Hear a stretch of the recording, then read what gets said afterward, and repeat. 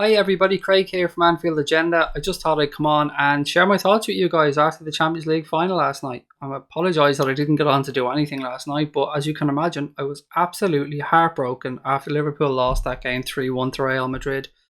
I want to talk about a couple of main culprits of that game last night, and Sergio Ramos is the first player I want to talk about. Now, say what you will, everybody out there will have their different beliefs about if Sergio Ramos meant to injure Mohamed Salah. I believe he truly did. I believe that what he did was calculated and he knew what he was doing. Now, I'm not going to say that he knew the extent of the injury he would cause Mohamed Salah, because that's just ridiculous. Nobody can predict things like that. But there's a saying in football, when you're a defender or when you're anywhere in the pitch, let the other player know that you're there. So you often see people come in with early fouls, or a forward like Mohamed Salah getting a kick in the back of the legs or getting taken down early, just to kind of let them know that the defenders are aware of him and the defenders know he's there. Sergio Ramos is the master of what I suppose some people call in football the dark arts. He really walks that tightrope well, and badly at times actually, because he gets a lot of red cards, but he's the master of it. He's the master of walking that tightrope between what's legal and what's illegal on a football field. How the referee let that go last night, I do not know. He didn't even give a free kick, to the best of my recollection, for that incident with Mohamed Salah. Now, I've seen people put up images and stills on social media of Mohamed Salah initiating the contact with Sergio Ramos.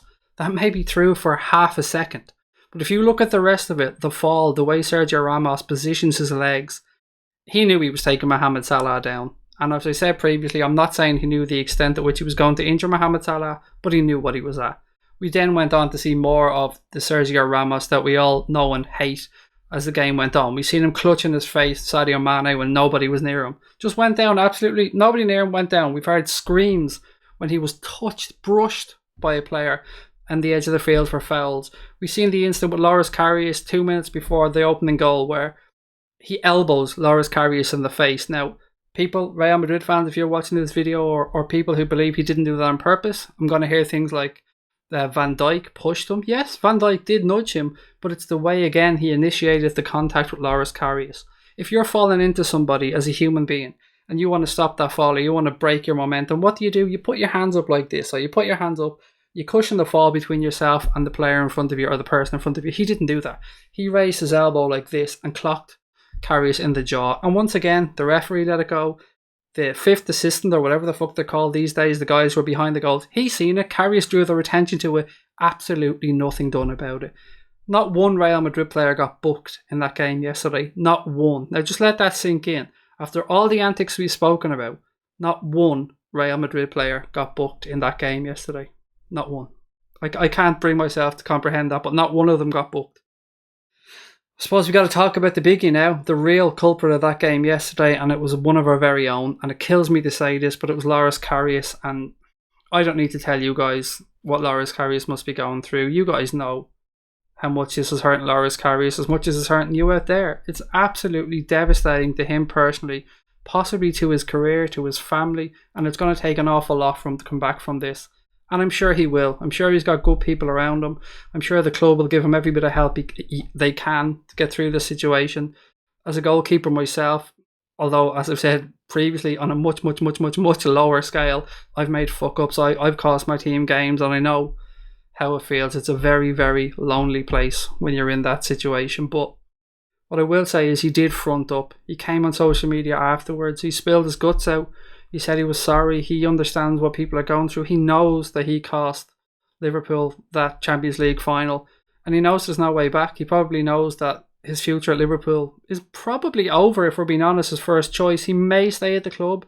I can't see Klopp getting rid of him this soon, because let's be honest, will he have a resale value?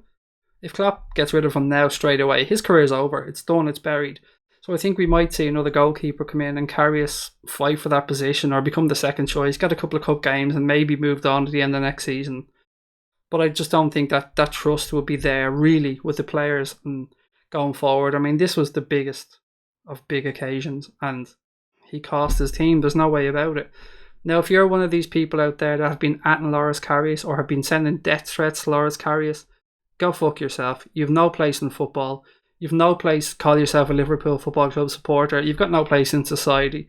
Because yes, I've come on here, I've criticised Loris Karius. Many of you out there have been on social media criticising Loris Karius. To criticise a player's performance, absolutely fine. That's what we're here for. We're venting.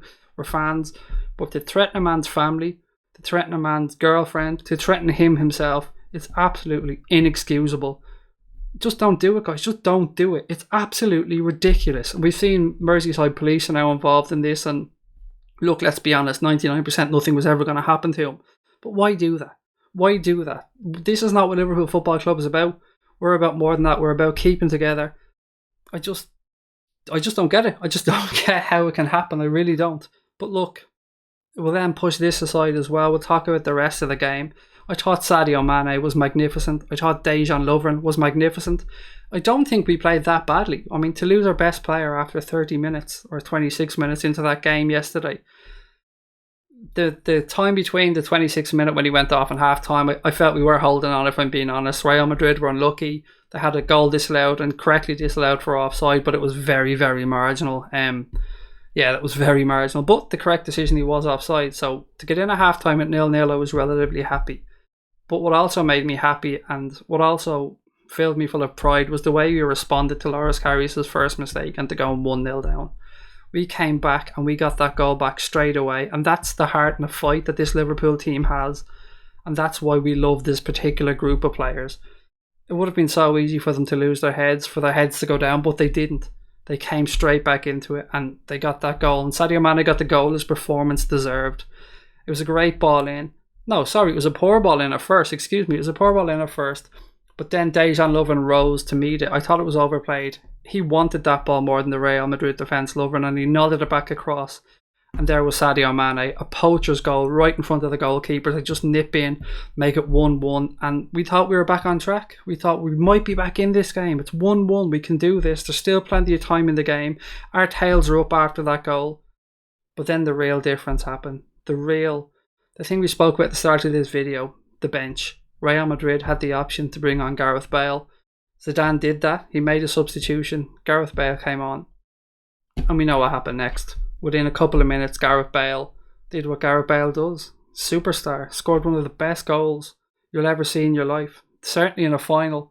That goal deserved to grace any final. And if there's one thing I'd like this final to be remembered for, it's that goal and not Karius' mistake. Now obviously, it's up to you guys and you're going to have your own views on how you remember it. But that goal was worthy of gracing any final or any occasion. And there's nothing you can do except stand up and applaud when things like that happen. Because that was a wonder goal. Gareth Bale, that was magnificent. So congratulations to him on that wonderful goal. And congratulations to Real Madrid on winning their 13th Champions League title. Or their 13th European Cup. The 3rd Champions League in a row. But taking all that aside, it's a bright future for this club. This video might have been a bit all over the place. My head still isn't together. So please bear with me. What I want to say and what I've been saying on social media, I suppose, since the game is, don't think of this as the end. This is just the beginning for this Liverpool team. Jurgen Klopp is building something special for this football club. What happened last night and this journey that we've been on this season has been amazing. None of us expected it at the start of the season. This group of players got to the final by playing some of the most breathtaking attacking football the competition's ever seen. They've scored more goals in this competition than any other team in the history of the competition. This club is on the up and up. Jurgen Klopp knows what he's doing. We've got a great group of players, a fantastic manager. We've got a couple of quality additions to make in the summer. We know Naby Keita's coming in. We've heard talk of Fekir, although he's sort of poured a little bit of cold water on that today, but I believe that will probably get done. Hopefully it'll get done. But we know what we're at this club. We're going in the right direction. It's going to be tough to get over last night, but wherever you were, I hope you're with family, friends, and you enjoyed the game as much as you could. I know when the game was over, my wife came down. She was in bed when the game was on. She came down and she didn't say anything. She walked in, gave me a hug because she knew that's what I needed, and it was devastating, wasn't it? It was heartbreaking. I don't know what else to say, guys. As I said, I wanted to come on, do a quick video. Let me know what you think. Let me know how you've seen the game. Let me know if you think I'm completely wrong about Sergio Ramos. Let me know if you think I'm completely wrong about Karius. Does he have a future at the club? I don't know. Let me know what your opinion is. Also, we always say this and it means a lot to us, but please, if you're enjoying the video, if you're enjoying our content, hit that subscribe button, hit the like button, let other people know about Anfield Agenda because we are a relatively new channel. We appreciate you guys, we appreciate your time. Thank you so much for watching the video. Keep an eye out for more great content on the channel, but until next time, I'll sign off as I always do. Up the Reds.